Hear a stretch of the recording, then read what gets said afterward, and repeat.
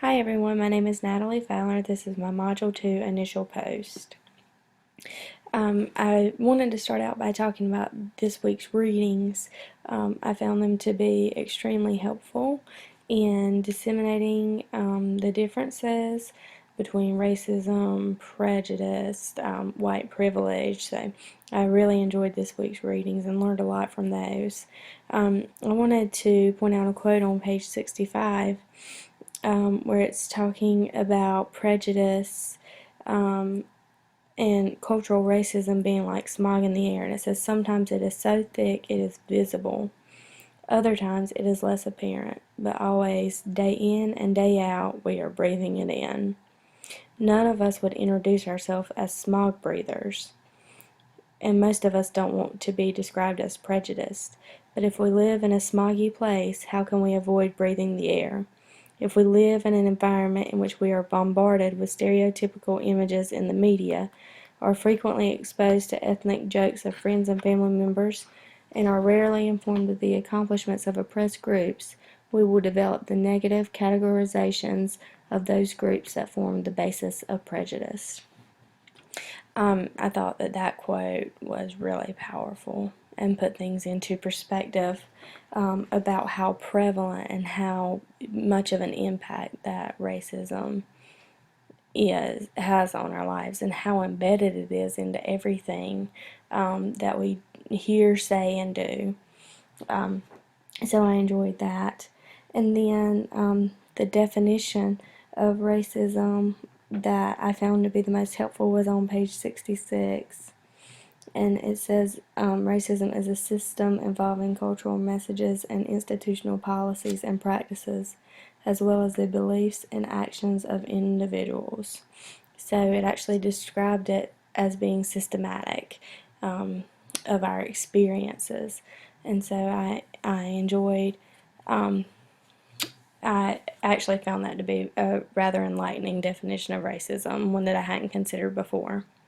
And the last thing from the readings that I'll point out, although it was so rich this week, was the notion of being a passive racist versus an active racist, and that was on page 67.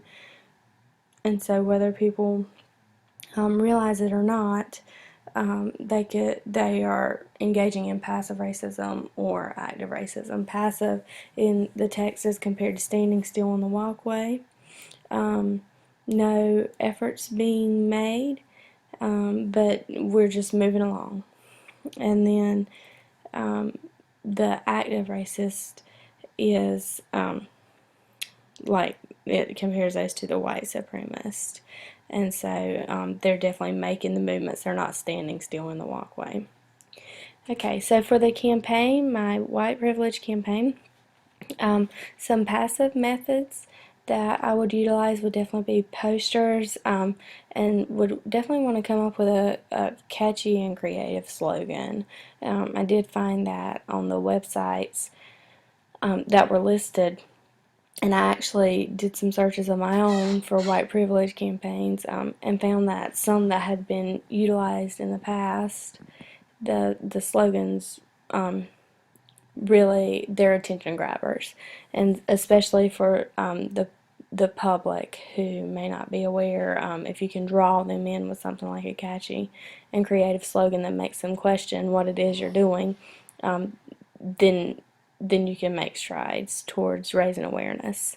We definitely want to use social media outlets, Facebook, Twitter, Instagram, to advertise, and also maybe create a group on those websites for people to join, where they can receive updates and relevant information to the topic.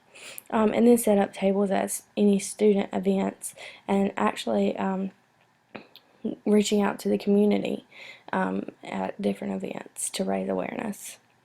And then some active methods that I would use, the first thing that came to my mind would be some simulations. So where maybe out on campus there's a reenactment that allows students to see something happen right in front of their face that displays white privilege or racism in action.